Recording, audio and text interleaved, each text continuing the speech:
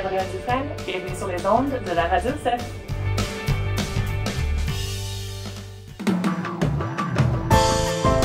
François, aujourd'hui nous recevons M. Francis Kassongo, qui est le directeur du collège Mathieu. Comme vous le savez bien, il revient d'un très grand voyage où il a effectué une visite dans 5 pays africains. Et à cette occasion, nous nous sommes dit qu'il était opportun pour nous de venir justement lui poser quelques questions.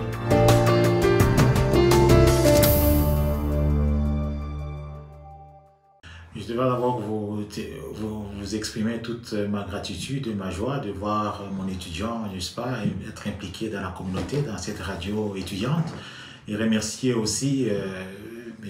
Ousmane Ilbo pour l'initiative et par-dessus lui, mon collègue Ronald Ajavon pour cette initiative combien louable. Donc, pour revenir à votre question, par rapport au voyage, par rapport à la tournée, nous avons entrepris ce projet depuis 2016. Le Collège Mathieu a pris un virage, au fait pas virage, mais l'initiative de mettre un axe développement international, notamment le recrutement dans un premier temps. Donc nous avons commencé avec un voyage au Maroc et en Algérie en 2016. Et depuis ce temps-là, année après année, nous participons au fait à ces tournées-là de recrutement. Avec la pandémie, ça a ralenti. Il y a eu quand même des tournées, il y a eu quand même des campagnes virtuelles organisées par Édu-Canada et FPP. Pourquoi nous le faisons? C'est parce que nous sommes en contexte très minoritaire, vous le savez. L'éducation postsecondaire en français en dehors du Québec et à l'ouest de l'Ontario, c'est vraiment un contexte très minoritaire. Donc nous devons accroître notre population étudiante, raison pour laquelle nous nous tournons vers les pays francophones, européens et africains notamment. Donc voilà essentiellement notre motivation, c'est d'attirer davantage d'étudiants, non seulement des étudiants qui vont venir étudier au Collège Mathieu, mais des étudiants, c'est des citoyens potentiels francophones qui vont s'impliquer éventuellement dans notre communauté pour renforcer la vitalité communautaire. Alors, est-ce que vous pouvez nous dire quel était l'objectif en faisant ces grands voyages et quels sont les pays que vous avez visités à cette occasion? Il faut dire que les pays visités ne sont pas définis par le Collège Mathieu. Nous avons fait partie d'une délégation canadienne parce que c'est Édu-Canada qui organise ça avec FPP. Les pays sont choisis par Édu-Canada et les ambassades du Canada dans ces pays-là, selon que ces ambassades-là sont disponibles à co-organiser ces salons, disponibilisent justement leurs ressources pour pouvoir organiser cela. Évidemment, on a le choix de participer à un pays, ou 2, ou 3, ou 4, ou 5, dépendamment de vos moyens, dépendamment aussi de vos objectifs en termes de recrutement. Et donc nous, cette fois-ci, nous sommes allés dans 5 pays, notamment le Sénégal, le Cameroun, la Côte d'Ivoire, et une journée au Togo et 2 jours et demi en RDC, donc en République démocratique du Congo. Vous allez tout de suite comprendre que c'est des pays francophones. Et dans les cas du Togo et de la République démocratique du Congo, c'est la première fois, puisque c'est des marchés potentiels et éventuellement il y aura aussi des salons éducateurs dans ces pays-là. Donc on devait déjà essayer d'établir langue avec des partenaires potentiels. Dans les autres pays, ça s'est fait déjà, soit dit en passant que le Sénégal a un accord avec le Canada. Donc les citoyens canadiens n'ont pas besoin de visa pour entrer au Sénégal, donc ça facilite les choses. Et en Côte d'Ivoire, on peut avoir un visa électronique, donc e-visa à partir de sa maison, si on remplit tous les critères, donc c'est un avantage. Il y a des délégués commerciaux du Canada dans les ambassades du Canada qui préparent le terrain, selon que les candidats potentiels s'inscrivent d'abord dans les ambassades du Canada. Il y a des écoles, il y a des établissements qui viennent de partager avec des institutions canadiennes. Donc, c'est 26 pays, 26 collèges et universités de la francophonie canadienne hors Québec qui ont fait partie de la délégation, dont le Collège Mathieu. Donc, on n'était pas seuls, on était 26. Donc, vous pouvez comprendre qu'il y a de la compétition. Si vous n'êtes pas là, personne ne parlera de votre province, personne ne parlera de votre communauté, personne non plus ne parlera de votre institution. Donc, on doit faire partie de la délégation et on doit continuer à travailler dans ce sens-là. Mais nous sommes curieux, nous voulons savoir quelles sont les raisons qui vous ont poussé à visiter principalement les pays africains. Premièrement, on ne peut plus se passer de cela. Le bassin le plus large en parlant de la francophonie est en Afrique. L'automne dernier, nous étions au Salon Figaro à Paris. On a participé au Salon Figaro. De plus en plus, on commence à intéresser les étudiants français. Mais vous savez qu'on est un peu en désavantage concurrentiel avec la France. Pourquoi? Parce que le Québec a une entente avec la France.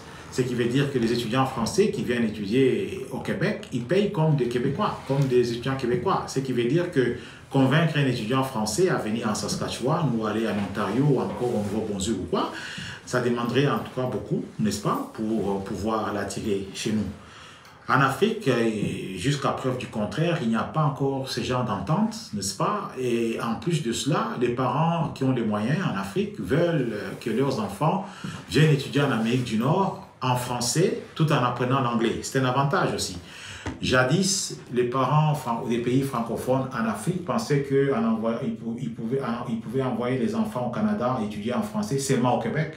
Or, on peut étudier, n'est-ce pas? On peut faire des études postsecondaires en français au Canada, en dehors du Québec. Vous êtes un exemple, n'est-ce pas? Bien sûr. J'imagine un peu la joie qu'ont eu vos parents lorsqu'ils ont découvert que vous pouviez étudier en français en Saskatchewan tout en ayant l'opportunité d'apprendre l'anglais, mais aussi la proximité de la vie communautaire en contexte très minoritaire. Donc, c'est vraiment un avantage. Voilà un peu, entre autres, les aspects que nous faisons valoir, n'est-ce pas? Et aussi les besoins du marché de l'emploi. Ce sont entre autres des aspects que nous faisons valoir dans nos tournées. Et de plus en plus, on a des parents qui se disent, oui, on ne savait pas qu'on pouvait étudier notamment en Saskatchewan en français tout en donnant l'opportunité à nos enfants d'apprendre l'anglais comme langue seconde. Comme maintenant, on le fait au Collège Mathieu. Les étudiants chez nous, ils suivent aussi des cours d'anglais parallèlement. Parce que, soit dit en passant, on est dans un environnement anglo-dominant. Il faut donner l'opportunité à nos étudiants d'apprendre quand même la deuxième langue officielle du Canada quand ils sont chez nous. Monsieur Francis Kassongo, quel feedback avez-vous reçu dans les différents pays africains dans lesquels vous étiez passé? J'ai terminé ma mission sous une note de satisfaction.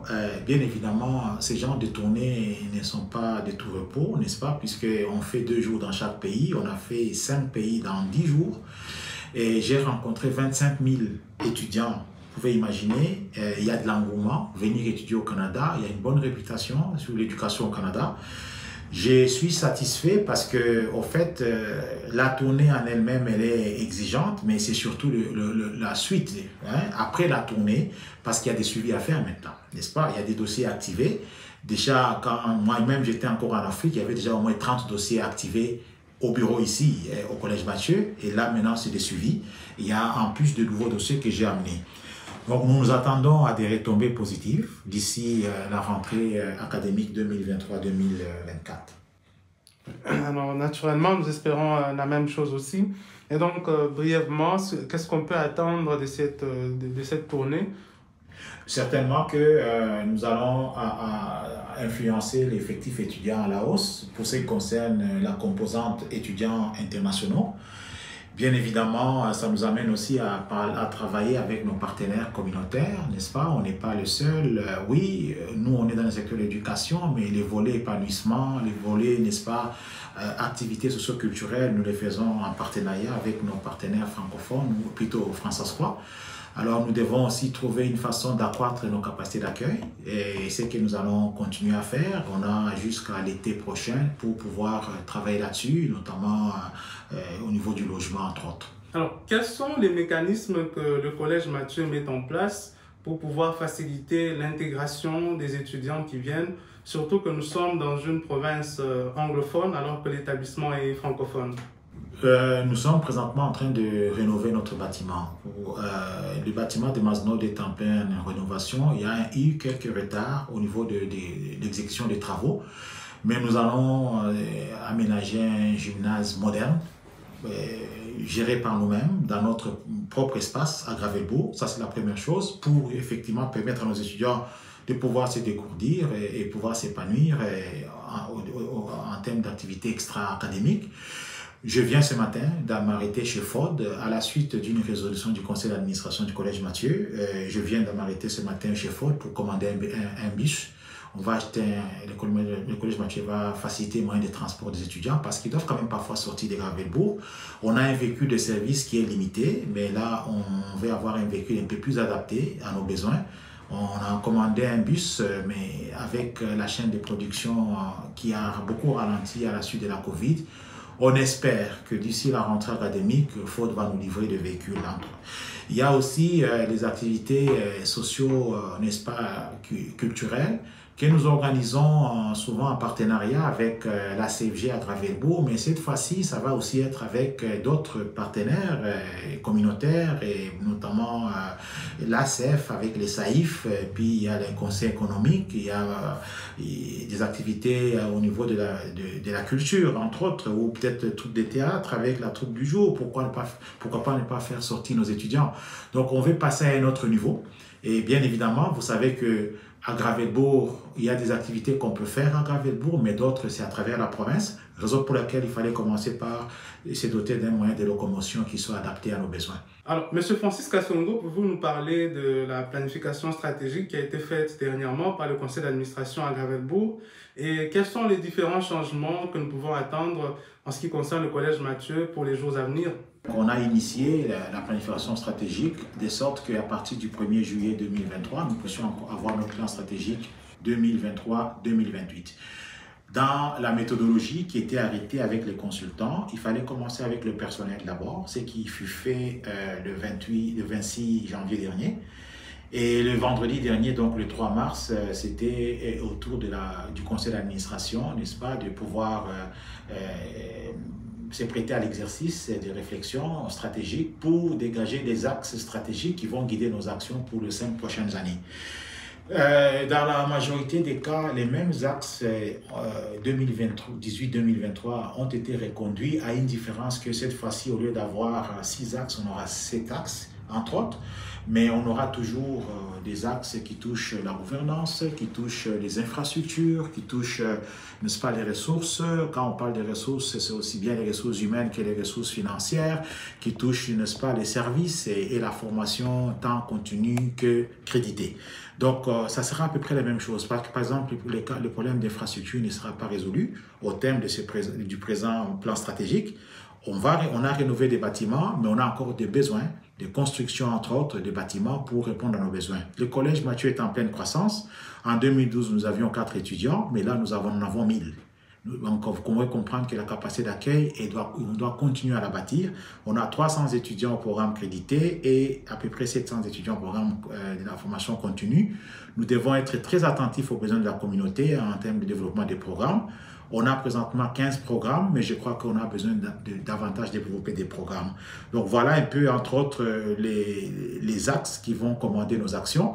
Dès que le présent plan stratégique, au moins l'ébauche, est approuvé par le conseil d'administration, le personnel du Collège Mathieu va se réunir d'ici le mois de juin pour élaborer le plan opérationnel.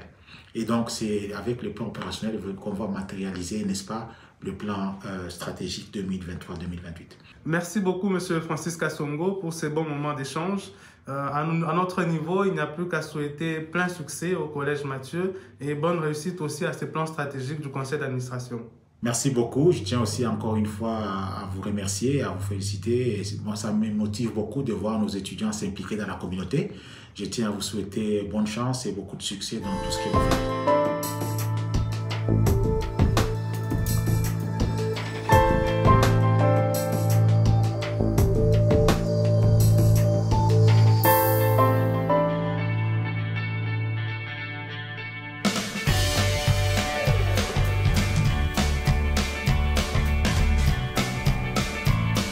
Ici Gabrielle Dufresne, bienvenue sur les ondes de la Radio CEF.